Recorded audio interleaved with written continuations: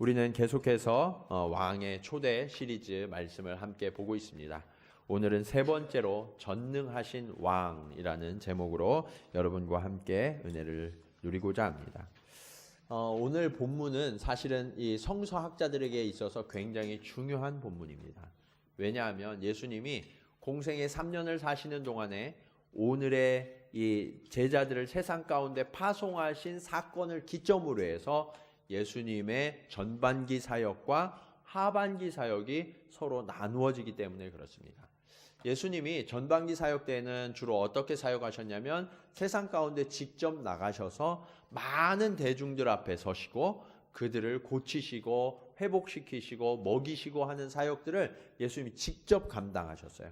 그런데 지금 오늘을 기점으로 해서 제자들에게 능력을 더하시고 제자들을 세상 가운데 파송하신 이후로는 예수님의 사역의 방향이 대중을 향한 것이 아니라 12 제자를 잘 양육하고 이들에게 능력을 더하고 말씀의 권세를 더하는 그러한 사역의 방향으로 획기적으로 전환이 됩니다. 이렇게 하나님께서 예수 그리스도께서 제자들을 세우시는 데 있어서 굉장히 중요한 어떤 한 가지를 선물해 주시는데 그게 뭐냐? 오늘 말씀에 약속하신 능력과 권세예요. 이 능력과 권세는 제자들을 제자답게 만들어주고 제자들이 세상 가운데 나갔을 때 실패하지 않고 성공할 수 있게 만드는 원동력이 되었습니다. 그리고 주님이 이 제자들에게 부어주신 이 능력이 제자의 제자, 그 제자의 또 제자를 거쳐서 오늘 저와 여러분에게까지 흘러왔고 주님께서는 저와 여러분의 삶에 이 능력이 동일하게 임하여서 우리가 승리하는 삶을 살도록 명령하고 계심을 믿으시기 바랍니다. 그러면 우리는 어떻게 하나님의 그 놀라운 능력을 덧입고 세상 가운데 승리하는 능력을 가진 성도로서 살아갈 수 있을 것인가? 오늘 말씀을 통하여서 함께 은혜를 누리고자 합니다.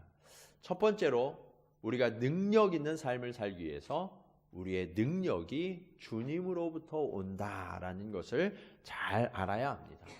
세상은 능력 있는 사람을 좋아하는 것 같아요. 그래서 여러분 어렸을 때 부모님이 뭐라고 말씀하셨어요? 학교 갈 때 야, 너 누구랑 놀아라? 네? 그렇게 이야기했어요? 기억나시죠? 공부 잘하는 애들이랑 놀아 이렇게 얘기했단 말이에요. 우리 말에도 근묵자흑 이런 말이 있잖아요. 그렇죠? 예. 곁에 함께 있는 사람들이 비슷하게 닮아간다라는 거예요. 그래서 그 주변에 있는 사람들이 능력 있는 사람이 되면 우리의 자녀도 능력 있는 사람이 어느 정도는 될 거야 라고 생각했기 때문에 그 사람들을 자꾸 옆에 두도록 그렇게 자녀들을 가르쳤던 것을 우리가 볼 수 있죠. 뿐만 아니라 서점에 가면 가장 인기 있는 코너 중에 하나가 뭐냐면 자기 개발서예요. 그래서 사람들이 어떻게 하면 나를 더 발전시키고 내 안에 있는 잠재력과 능력을 끌어내어서 좀 더 성과를 낼 수 있을까? 보람이 있고 성공하는 삶을 살 수 있을까 하는 책들이 서점에서 가장 인기 있는 부류 중에 하나죠. 한번 우리들의 삶을 돌아보면 사실은 그냥 살아가기도 여러분 바쁘시잖아요. 그렇죠? 그런데 그냥 살아가기도 바쁜 사람들을 좀 더 멋진 삶을, 좀 더 능력 있는 삶을 살아야 한다고 계속해서 발전해야 된다고 이렇게 권면하고 부추기는 사회 속에 우리가 살아가고 있죠. 그러다 보니까 지금도 바쁜데 더 바빠야 할 것 같고 지금도 뭔가 열심히 하고 있는데 더 열심히 해야 할 것 같은 그런 착각 속에서 사람들이 살아가게 돼요. 그런데 문제는 뭐냐면 진짜 능력이 무엇인지를 모르면서 그저 열심히 사람들이 살아가고 있죠.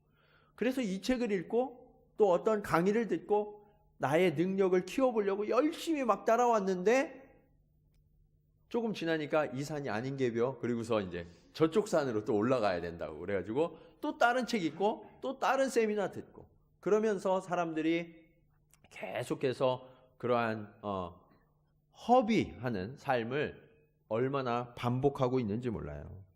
오늘 성경에 보면 그 능력이 주님으로부터 온다라고 말씀하고 있습니다. 왜냐하면 저와 여러분을 지으신 분이 누구세요? 하나님이시죠. 우리를 지으신 하나님, 그분이 우리의 걸음 가운데 지금 필요한 것이 무엇인지 가장 잘 알고 계세요. 우리의 모든 인생의 설계자가 바로 그분이시거든요.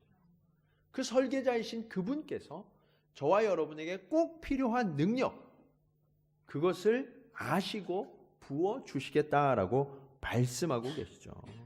그렇기 때문에 우리는 모든 능력의 근원이 주님이심을 주목하고 그 주님께서 어떻게 능력을 발휘하시고 사용하셨는지를 우리가 잘 따라가 볼 필요가 있어요. 주님은 자신의 능력이 어디에서 온 것인지를 잘 알고 계셨어요. 요한복음 17장 7절에 보면 이렇게 말씀하십니다. 주님, 그들은 아버지께서 내게 주신 것이 다 아버지로부터 온 것인 줄 알았나이다. 주님이 지금 갖고 계신 모든 것이 누구로부터 왔다고요? 예, 아버지. 하나님 아버지로부터 온 것이다 라고 말씀하고 계세요. 주님이 이 말씀을 하신 아주 중요한 이유가 한 가지 있어요. 내가 가진 능력이 처음부터 나의 것이 아니라 아버지로부터 온 것이다 라고 고백하는 이유가, 사실은 주님은 하나님이시기 때문에 원래 주님이 이 능력을 가지고 계셨음에도 불구하고 아버지로부터 온 것이다 라고 지금 고백하고 계세요. 그 이유가 오늘 본문의 1절, 우리가 처음 절인 1절에 등장해요. 1절에 보면 이렇게 시작해요. 예수께서 12 제자를 불러 모으사. 누구를 불러 모았다고요? 예, 12 제자를 불러 모으셨대요. 주님이 왜 12 제자를 불러 모으셨을까요?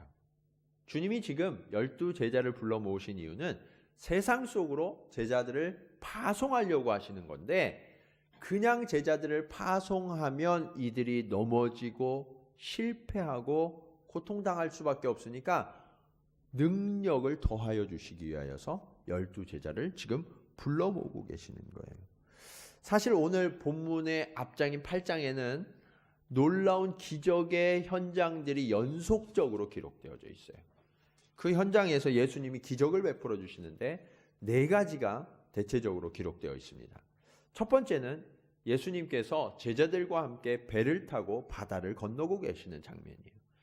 예수님께서 제자들과 바다를 건너고 계시는데 예수님은 주무셨고 그곳에 풍랑이 일어서 배가 침몰하게 되었어요. 제자들이 어떻게든 배를 좀 구해보려고 이 풍랑을 빠져나가 보려고 애를 썼는데 돼요, 안 돼요? 안 돼요, 안 돼요. 그래서 할 수 없이 주무시는 예수님을 깨웠어요. 그럴 때, 바로 그때 예수님이 일어나시자마자 바람과 바다를 꾸짖으십니다. 바람과 바다를 꾸짖으니까 어떻게 됐어요? 잔잔해졌어요. 언제 그랬냐는 듯이 잔잔해졌어요. 자, 두 번째 기적은 거라사라는 지역에 광인, 미친 사람이 있었어요. 이 미친 사람이 그냥 미친 게 아니라 군대 귀신이 들려가지고 미친 거거든요. 그러니까 얼마나 많은 귀신이 저를 괴롭히는지 사람들 사이에서 도저히 살 수가 없으니까 저가 쫓겨가서 무덤 가운데 있었어요. 쇠사슬로 묶어놨는데 막 풀어 헤치고 무덤으로 도망쳐 있었어요. 예수님이 저를 불쌍히 여기셔서 그 많은 군대 귀신을 몰아내신 사건이 기록되어 있습니다. 또 조금 있으면 예수님이 누군가의 초청을 받아요. 그 사람이 누구냐면 회당장이었어요. 회당장 야이로의 딸이 지금 병에 걸려서 죽어가고 있다는 거예요.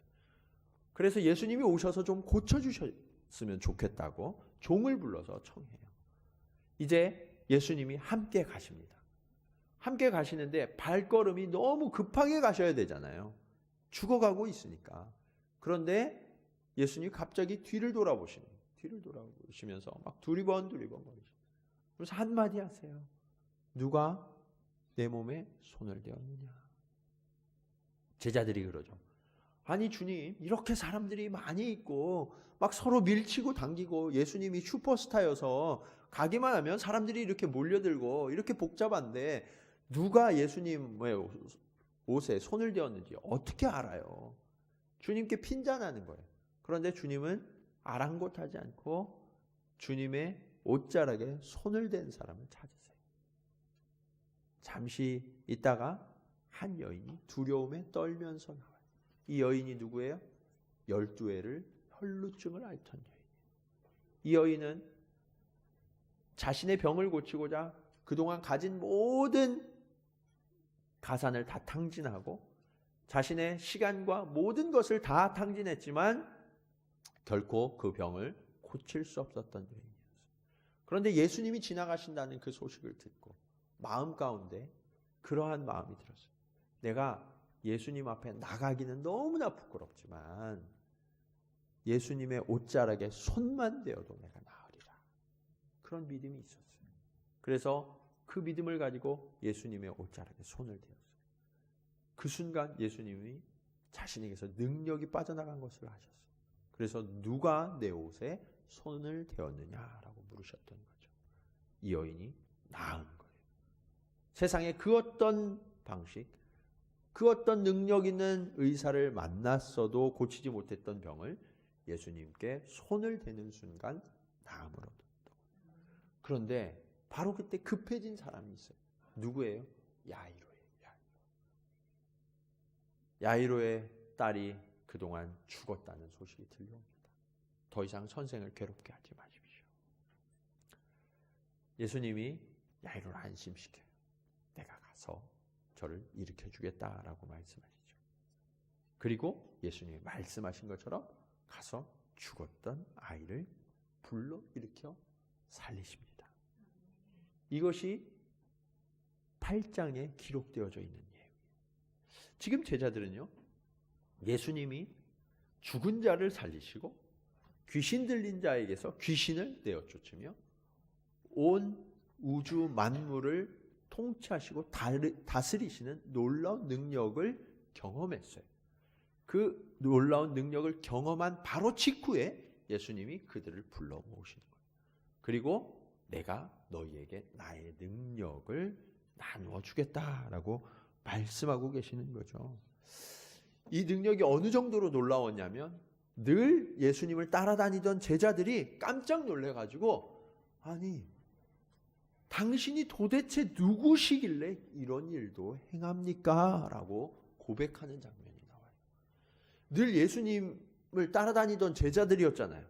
그럼에도 불구하고 너무 놀라가지고 도대체 당신이 누구시길래 이러한 위대한 일을 행하십니까? 라고 묻는 그런 제자들 앞에 이제는 이 능력을 너희에게 나누어 줄 거야, 더하여 줄 거야 라고 말씀하시는 거죠. 여러분, 이것이 바로 우리가 믿고 따르는 전능하신 왕이신 예수 그리스도가 세상과 다른 점이에요. 세상에 능력 있는 자, 세상의 권세자들이 살아가는 방식과 우리의 왕 예수 그리스도가 우리를 가르치시는 방식이 너무나 다르다는 거예요. 세상의 권력자들, 세상의 능력을 가진 사람들은요, 자신의 권력과 능력을 나누어줘요, 안 나눠줘요? 안 나눠줘요. 심지어는요, 식당 하시는 분이 식당에 좋은 비법 재료가 있어요. 그러면 이거를 다른 사람에게 알려줘요, 안 알려줘요? 안 알려줘요? 절대 안 알려줘요. 이건 며느리도 안 알려준대잖아요. 네. 내가 죽을 때까지는 절대로 알려줄 수 없어 하는 게 이 비법이에요.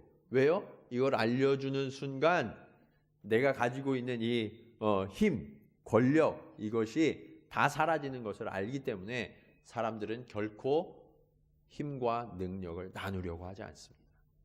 그런데 오늘 우리의 능력의 왕, 전능하신 왕이신 예수 그리스도께서는 자신에게 충만한 능력을 제자들에게 아낌없이 부어주고 계신다라는 거예요. 그러면서 주님이 또 뭐라고 말씀하시냐면 요한복음 14장 12절에 보면 이렇게 말씀하세요. 내가 진실로 진실로 너희에게 이르노니 나를 믿는 자는 내가 하는 일을 그도 할 것이요 또한 그보다 더 큰 일도 하리니 이는 내가 아버지께로 감이니라. 여러분, 주님이 뭐라고 말씀하시는 거예요? 내가 하는 일, 그걸 너희들이 다 할 수 있어. 뿐만 아니라 내가 하는 일보다 더 큰 일도 너희가 하게 될 거야 라고 주님이 말씀하시는 거예요. 너무나 놀랍지 않습니까? 주님이 사람을 다시 살리시기도 하시고 병든 자를 고치시고 5천 명을 먹이시고 그리고 온 우주 만물을 다스리시고 복종시키는 그 권세, 그것보다 더 큰 권세, 더 큰 능력을 저와 여러분에게 부어주시겠다라고 말씀하시는 거예요. 이것이 저와 여러분에게 주시는 하나님의 능력의 위대함이에요. 저와 여러분도 이 능력의 소유자가 되었음을 믿으시기 바랍니다. 성령을 받은 자들은요, 이 능력이 이 안에 다 있는 거예요. 그렇기 때문에 우리는 그것을 확신하면서 살아가야 돼요.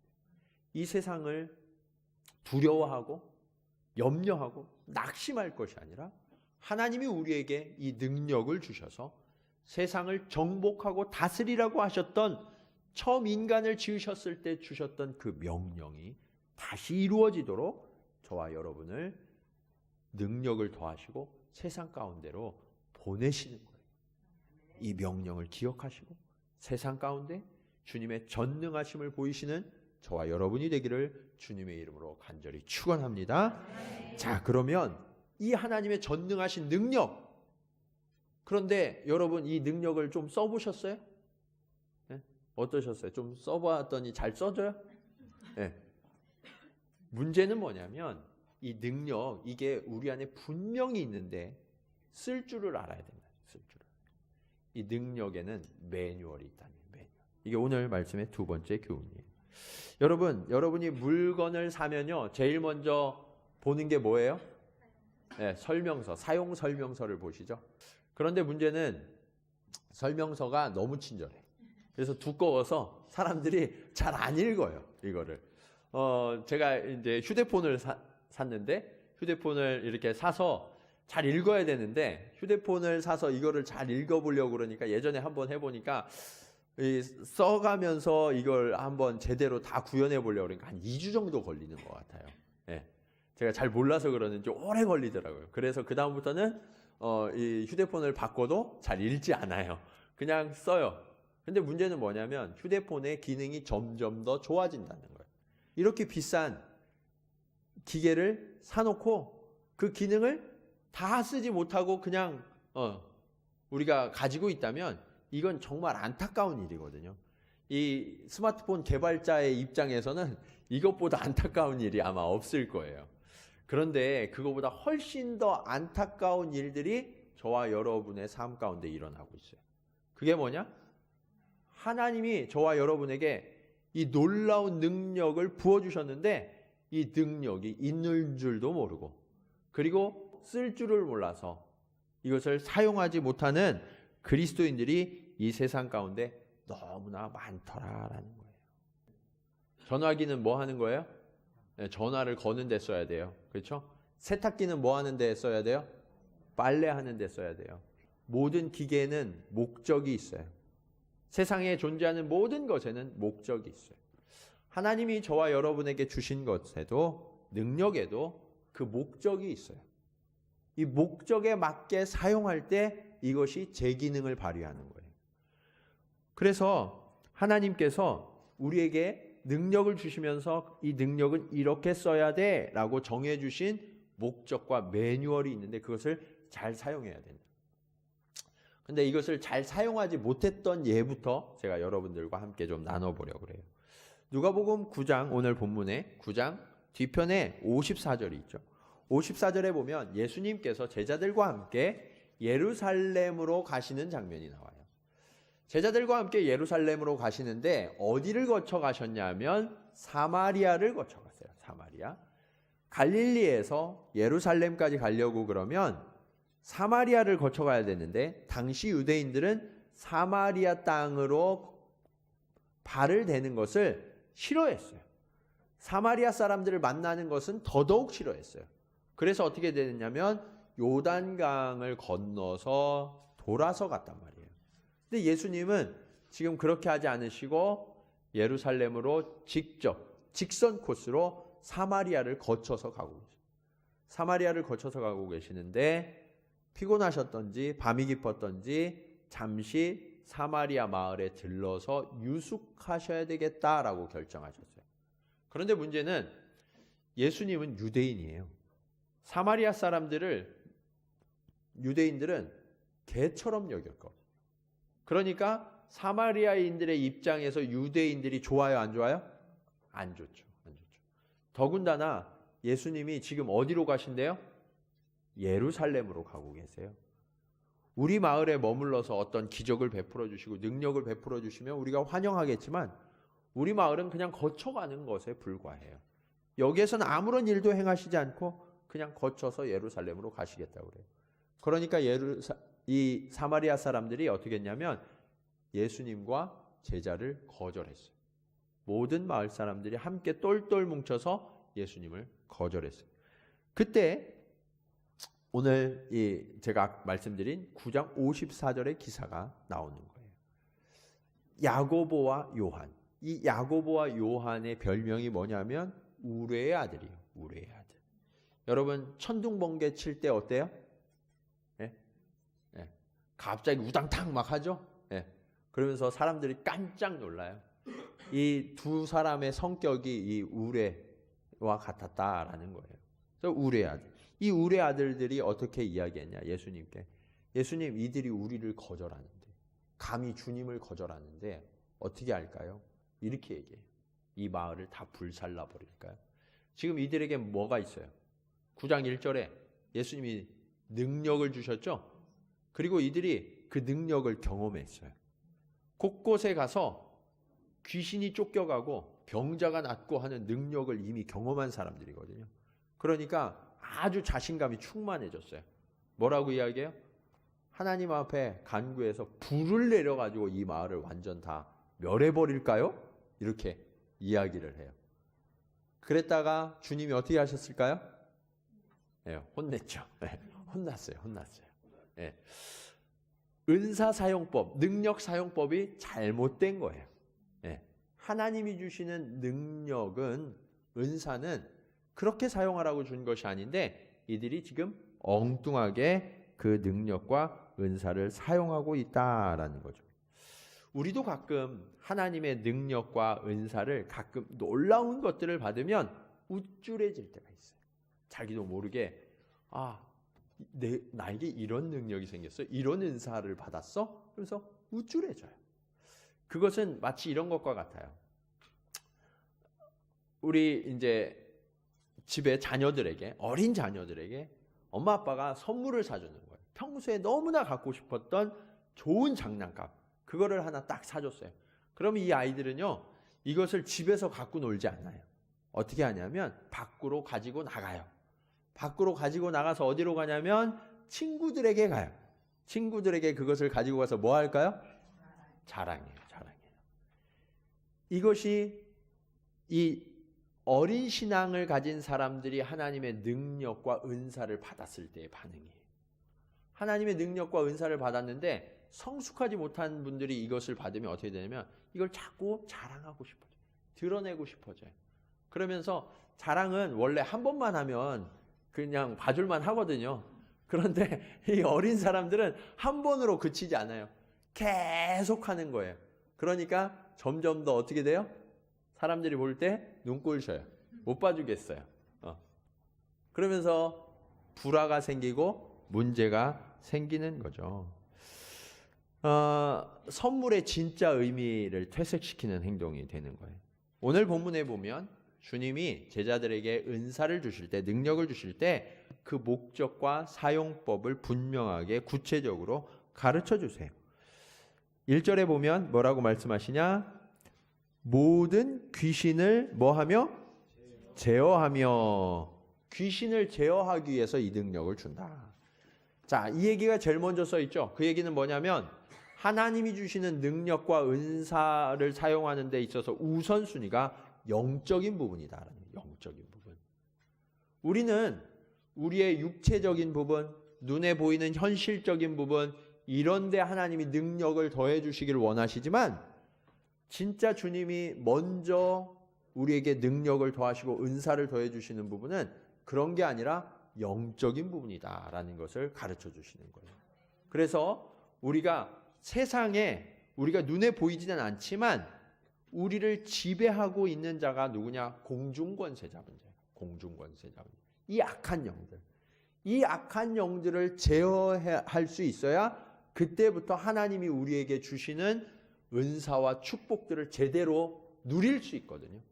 그러니까 먼저 그들을 제어해야 돼요.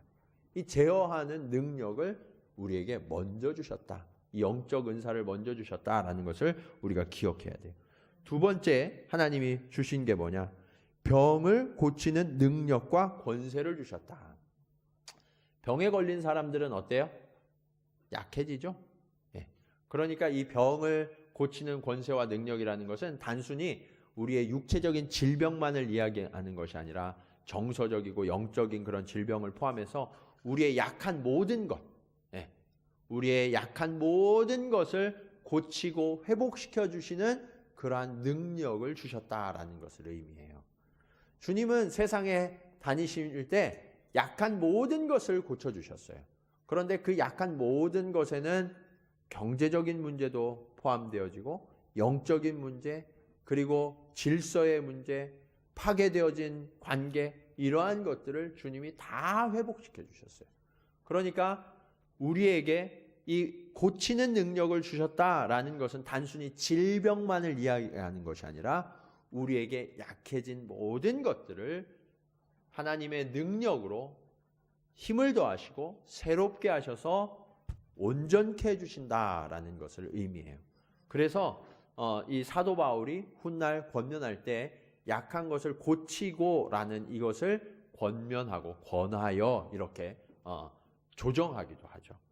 하나님께서 그렇게 우리의 약한 모든 것을 고치시는 능력을 주셨다라고 말씀하시고 가장 궁극적인 목적에 대해서 마지막에 말씀하시는데 그게 뭐냐? 하나님의 나라를 전파하며 라는 말씀입니다.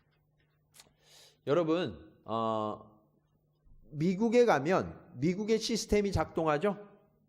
일본에 오니까 일본의 시스템이 작동해서 우리가 거기에 맞춰서 살아야 돼요. 한국에 있으면 한국의 시스템에 맞춰서 살아가야 되죠. 그와 마찬가지로 그 나라 안에 거한다라는 것은 그 시스템이 작동하는 그 안에 영향력을 받는다는 거예요. 하나님의 나라를 전파하고 하나님의 나라가 거기에 서게 한다라는 것은 하나님의 궁극적인 능력이 그 안에 작동되는 체계를 만들어간다라는 것을 의미해요.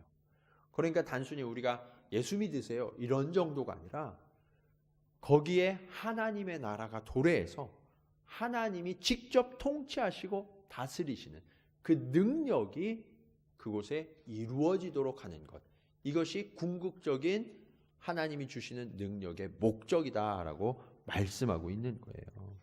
물론 주님은 이후에 성령을 보내주시고 그리고 그 성령의 열매 그리고 다양한 은사 이런 것들을 풍성하게 선물로 주셨어요. 그런데 이 모든 것이 왜 필요하냐? 다 하나님의 나라를 도래하게 하기 위해서. 그러니까 우리가 하나님의 능력과 하나님이 주신 은사를 사용하는 목적이 뭐란 얘기예요? 하나님의 나라를 위해서. 하나님의 나라를 위해서 쓰게 된다면 하나님의 능력이, 주님이 주신 능력이 저와 여러분 가운데 작동되어지고 발휘되어진다. 우리가 지금까지 하나님이 주시는 능력과 은사들을 제대로 쓰지 못한 이유가 바로 여기에 있어요. 하나님의 나라를 위해서 써야 되는데 나를 위해서 쓴 거예요. 나를 위해서. 내가 좀 더 풍요로워지고 내가 좀 더 사람들 앞에 인정받고 그런 삶을 사는데 하나님의 능력을 쓰려고 그러니까 이게 작동이 안 되는 거예요. 처음부터 다른 구조이기 때문에. 여러분, 주님이 귀신을 쫓아내는 일은 아주 간단한 일이에요. 주님이 죽은 자를 살리시는 일은 너무나 쉬운 일이었어요. 주님이 바람과 바다를 잔잔케 하시는 일은 말씀 한마디로 되어지는 너무나 간단한 일이었어요. 그런데 그런 일들이 왜 가능했냐? 하나님의 나라가 그곳에 임했기 때문에 가능했음을 우리는 기억해야 합니다. 여러분, 문제는 이제 이런 마음이 드는 거예요. 역시 목사님 말씀은 똑같아. 뭐 하나님의 나라 그 위에서 하라는 얘기니까 나는 평신도인데 내가 하나님의 나라를 위해서 할 수 있는 게 뭐가 있겠어. 이제 이쯤 되면 이런 마음이 들거든요. 그게 문제예요. 그게 이 마음을 딱 고쳐야 돼요. 하나님의 나라는요, 우리의 일상 속에 이미 임하고 있어요. 우리의 일상이 어떻게 하나님의 나라와 연관되어져 있는지를 우리가 간구하고 분별할 수 있는 지혜가 필요해요. 여러분, 자매님들에게 이렇게 물으면요, 물론 사람마다 조금씩 다르겠지만 밥하는 것보다 설거지하는 게 힘들다고 하시는 분이 좀 많이 있더라고요. 근데 이 설거지는 하나님의 나라와 관련이 있을까요, 없을까요? 네?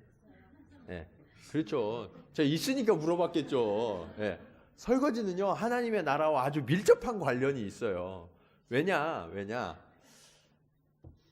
주님께서 우리에게 기도를 가르쳐 주실 때 일용 양식을 위하여 기도하라고 하셨어요, 안 하셨어요? 하셨죠. 일용 양식을 위하여 구하라고 하셨어요. 우리의 간구, 우리의 기도를 따라서 하나님의 나라가 우리 식탁 위에 임한 거예요. 우리 식탁 위에 하나님의 나라가 임해서 우리가 지금 이 시간 일용 양식을 누릴 수 있었던 거예요. 하나님의 축복이 임했던 거거든요. 그러면 그 축복의 결과물로 뭐가 남은 거예요? 빈 그릇이 남은 거예요. 그 축복의 결과물로. 그러니까 이 빈 그릇은요, 축복의 결과예요. 얼마나 감사한지 몰라요. 그래서 이 빈 그릇을 닦을 때 빡빡 닦으면서 찬양이 나와야 돼요. 하나님 감사합니다, 감사합니다. 이게 설거지할 때 임하는 하나님 나라예요. 예. 여러분이 직장 생활을 하시고 세상에서 산업을 할 때도 동일해요. 여러분이 하시는 일, 그 일은 하나님께서 택하여서 여러분에게 허락하여 주신 산업임을 믿으십니까? 그렇다면 그 일은요, 축복의 현장이에요. 그 일을 하는 동안에 우리는 하나님의 손길과 하나님의 인도하심을 얼마든지 만날 수 있어요. 왜냐하면 하나님이 베풀어 주신 현장이기 때문에. 그곳에서 우리는 짜증을 낼 수도 있어요, 일하면서. 반면에 하나님의 역사하심을 신뢰하면서 그분의 손을 잡고 함께 걸어갈 수도 있는 거예요. 그래서 상사가 어떤 일을 시켰을 때 그것을 저 인간은 왜 맨날 나한테만 시켜? 이렇게 반응할 수도 있지만 하나님이 오늘도 저 사람을 통해서 나를 부르시는구나. 왜냐하면 그 현장이 나에게 허락하신 축복의 현장이기 때문에. 그것을 신뢰한다면 우리에게 일어나는 모든 일들을 다르게 받아들이고 반응할 수 있어요. 그리고 그곳 가운데 우리는 하나님의 나라를 선포하고 심는 일들을 얼마든지 해나갈 수 있어요. 우리가 그렇게 그 나라를 세우고 그 일들을 해나갈 때 우리 주변에 있는 사람들이 주목하기 시작하는 거예요. 우리가 입을 벌려서 하나님의 나라에 대해서 설명하지 않아도 우리의 삶의 모습을 통하여서 하나님의 나라가 선포되기 시작하는 거예요. 하나님은 그렇게 저와 여러분의 삶 가운데 능력을 더하여 주심을 믿으시기 바랍니다. 그렇게 할 때 우리는 비로소 요셉과 같은 형통함을 얻을 수 있는, 가는 곳마다 하나님이 함께 하셔서 형통케 하셨더라. 그런데 문제는 뭐냐면 아까 말씀드린 것처럼 이 하나님이 주시는 놀라운 능력, 이것을 나 자신을 위해서, 나의 이름을 높이기 위해서 사용하기 시작하면 그때부터 엉망이 되고 문제가 돼요. 왜냐하면 하나님의 능력과 하나님의 이름을 도용하는 범죄거든요. 네. 그런데 이 죄는 너무나 교묘해요. 심지어는 사단도 넘어졌어요. 천사장이었던 루시퍼가 하나님보다 더 높아지고 싶어서 하나님께 대적하여졌다가 타락해서 마귀가 되어버렸죠. 아담은 어땠어요? 하나님이 세상의 모든 것을 주셨어요. 그것을 바라보면 너무나 감사했는데 자기가 갖지 못했던 단 한 가지 선악과를 바라볼 때 감사가 없어졌어요. 그러면서 어떻게 했어요? 먹음직도 하고 보암직도 하다는 마음이 들었어요. 사단이 교묘하게 틈타죠. 야, 이거 먹어도 안 죽어. 그리고 뭐라고 이야기해요? 이거 먹으면 눈이 밝아져. 하나님보다 더 지혜로워질 거야. 라고 교묘하게 속이는 거예요. 그 유혹에 속아서 넘어가서 저는 타락하고 말았어요. 그 이후로 많은 사람들이 넘어지는 방식이 동일해요.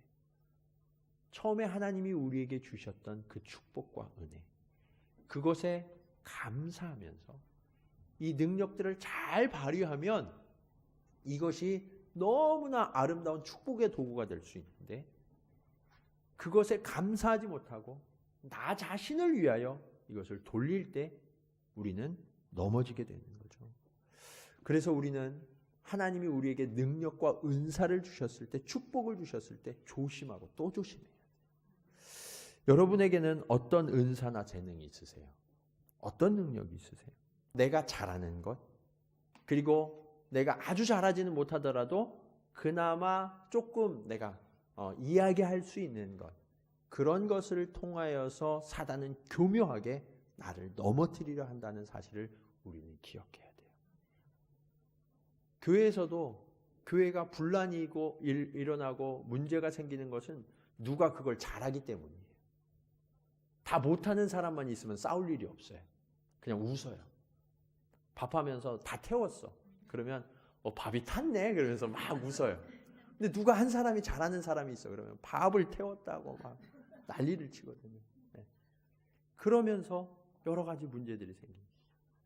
여러분, 하나님이 나에게 주신 은사, 축복, 이것을 하나님께 영광 돌리는 방향으로 항상 설정하고 그것만을 위하여 나간다면 그런 일이 있을 수가 없는 거예요.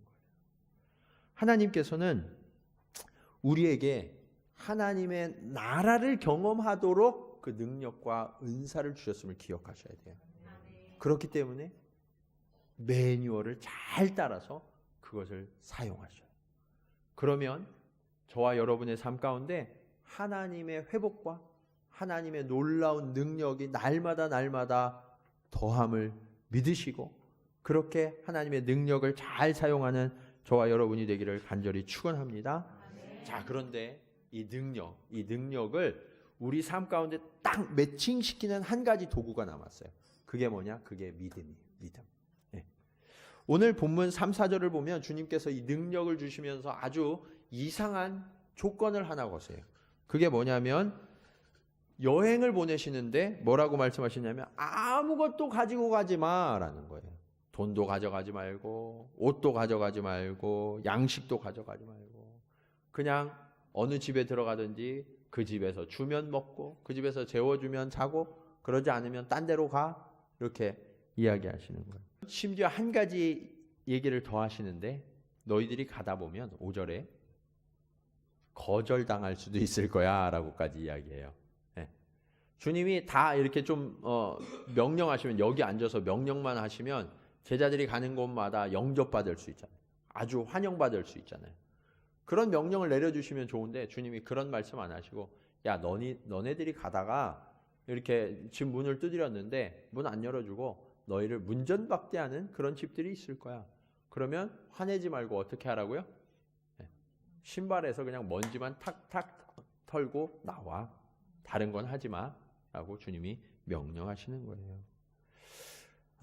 이런 전통 때문인지 사실은 지금도 이런 전도하시는 분들이 있어요.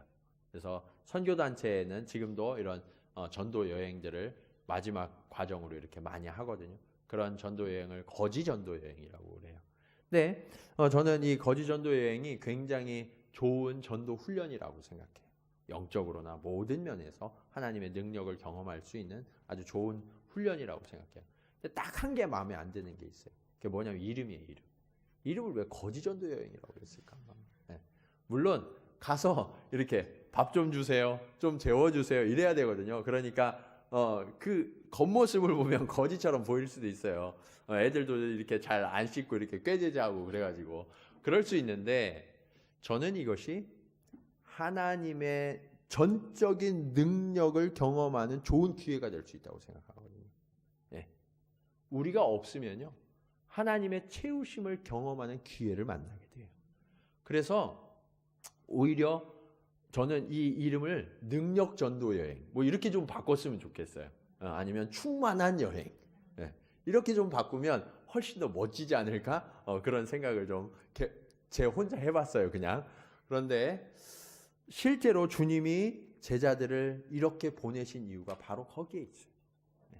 주님이 이 여행을 통해서 제자들에게 아무것도 없이 가라고 명령하셨고, 제자들이 이 여행을 마치고 돌아오는 마지막 6절에 보면 뭐라고 이야기해요? 제자들이 나가 각촌에 두루 행하여, 못 갔다는 사람이 없어요. 다 두루두루 다녔다는 거예요. 그리고 곳곳에 복음을 전하며 병을 고쳤더라라고 말씀하고 있죠. 주님이 명령하신 모든 일들을 이상 없이 다 해냈다라고 말씀하고 있어요. 이것이 가능했던 이유가 뭘까요? 하나님이 저와 함께 하셔서 그 능력을 부어주셨기 때문이 아닐까요? 우리가 너무 많은 것들을 필요로 하고 그것을 채우기 때문에 어쩌면 하나님을 필요로 하지 않고 하나님의 능력을 경험하지 못할지도 몰라요. 오히려 우리를 비우고 하나님이 아니면 안 되는 그런 환경을 만들면 만들수록 하나님께서는 저와 여러분의 삶 가운데 역사하심을 믿으시기 바랍니다. 오늘 본문뿐만 아니라 이 9장 다음이 몇 장이에요? 네, 10장. 네, 10장에 보면 또 다른 기사가 나와요. 좀 더 발전된 기사. 그게 뭐냐면 예수님이 70명의 제자를 따로 부르셨다라고 말씀해요. 그러니까 이 12명 말고 70명의 제자를 따로 부르세요. 그래서 둘씩 짝지어서 각 촌에 두루 다니며 똑같은 유형의 전도 여행을 파송하시는 거예요. 거기에도 주님이 능력을 더하셨어요. 그러니까 이 70명이 나갔다 오더니 뭐라고 그러냐면, 주님, 우리가 가서 예수님의 이름만 얘기해도 귀신이 벌벌 떨면서 도망을 가요. 그러면서 너무나 기뻐서 주님께 돌아와서 보고해요. 그러니까 주님이 뭐라고 말씀하시냐면, 내가 다 봤어. 너희들이 나가서 복음을 전파할 때 사단이 하늘에서 별처럼 떨어지는 것을 내가 봤다라고 말씀하시죠. 그리고 세상은 난리가 나요. 특히 누가 깜짝 놀라냐면 침례 요한을 죽였던 헤롯, 이 분봉왕 헤롯이 깜짝 놀라서 어떻게 된 거야? 내가 요한을 죽여서 세상에 이런 능력이 더 이상 안 나타날 줄 알았는데 이런 능력이 나타나는 게 도대체 어떻게 된 거야? 하면서 아주 당황하죠. 그리고 세상에는 또 다른 소문이 퍼지기 시작해요.